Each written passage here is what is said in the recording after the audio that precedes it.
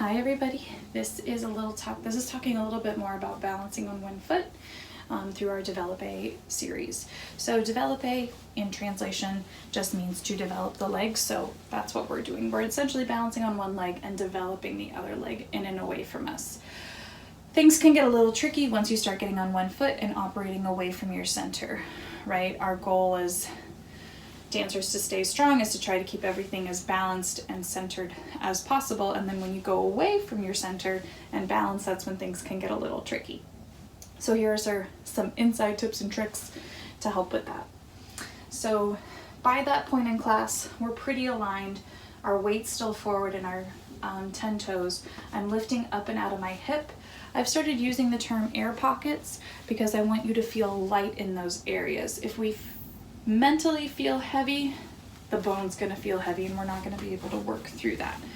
But if my upper body feels light and lifted, my lower body is able to ground and this is able to float and come away from the center a little bit more fluidly, okay? Thinking like a dancer, if you will. So if I wanted to take my right foot up into my balance, I'm thinking about the left foot being still forward. My left toes feel planted in the ground. I'm out of my heel, okay? The reason I still want to think about being forward is I can start to activate my quadricep and my core. If I start to sink back into my heel, what's going to happen is my hips are going to react and then I'll start a curve that'll come all the way from your heel up to the top of your head, yeah? If you wanted to press forward and you were back in your heel, you'd have to get back up over your center and come through, right? Then you're going to lose your balance anyway. So if I'm on one foot, I'm thinking about that weight being forward in the front 5 toes, even your pinky toe. But think about your big toe and your second toe. That's where your weight is. The opposite side is standing up nice and tall. I'm not going to sink into my hip like I would sink into a wall to rest on it. This isn't a resting position. This is a very active position. One leg might be visually working, but the other is stabilizing working, yeah? So this side, the opposite side that is balancing, truly is really stabilizing. So I'm still lifting up that quad, pulling up on happy knees, and I'm still squeezing my cross, my booty together, and I'm still squeezing the inside of my legs together, right? I'm trying to bring everything back in so that way when it leaves, I have that control of bringing it back in. So we think about our X. Energy here, energy here. Also pulling up. That's my stabilization. So that way when I'm stabilized there, I can leave my center, activate my X, and come back down. I'm trying this on the opposite side. Weight is forward in the 5 toes. My foot is touching my ankle to activate that X. I'm thinking about my knee gluing to the other side, 2 magnets coming together. Backside is pulling together and lifting up tall. There's air in my hips, so I feel like I'm growing 2 inches taller, so I can leave my center, I can come back, and then I come down to 2 feet. Okay? Upper body.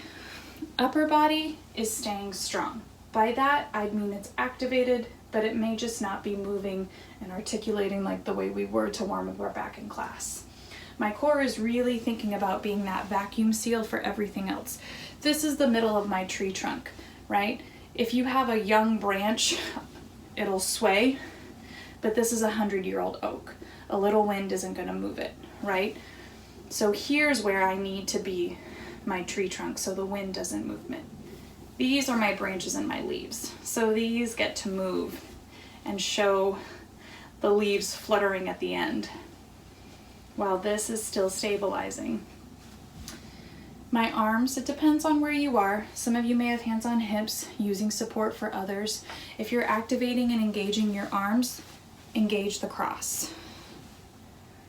Even though I'm thinking about my feet and my legs having this crossing energy and supporting me that way, my arms are also still helping me.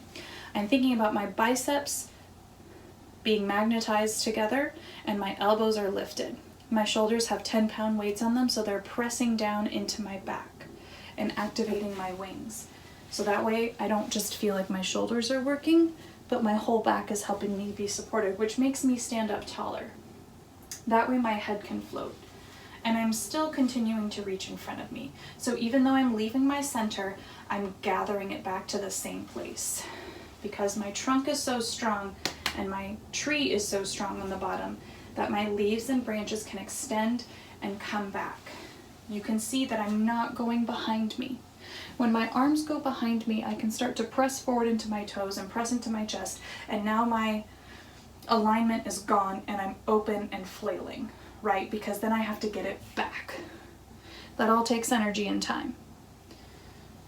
But if I want to stay, I'm going to activate the front of my body and stay where I have the most control and the most muscle, where my X is. This is my X.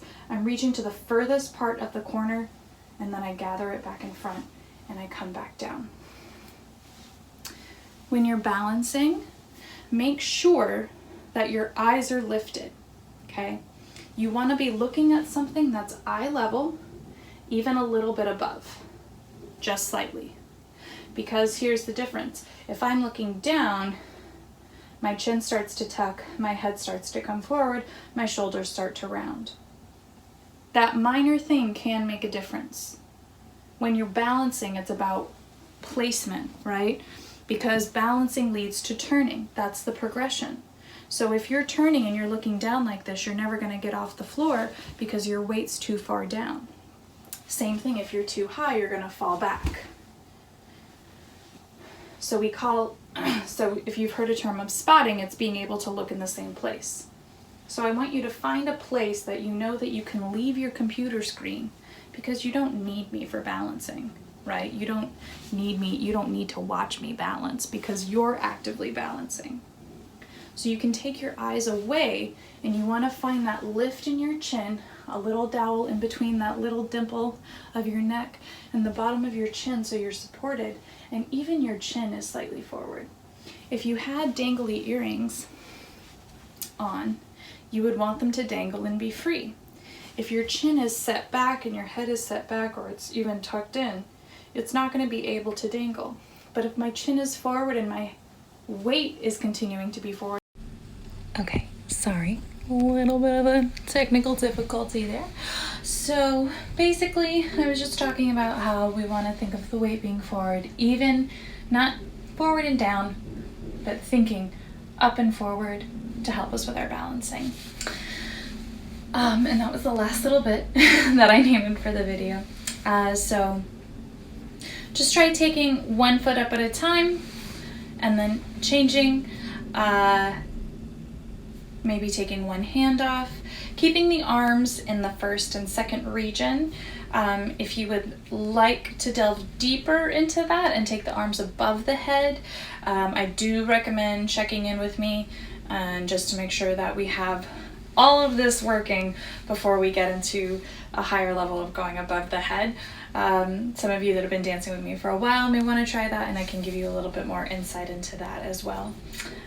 So get to balancing.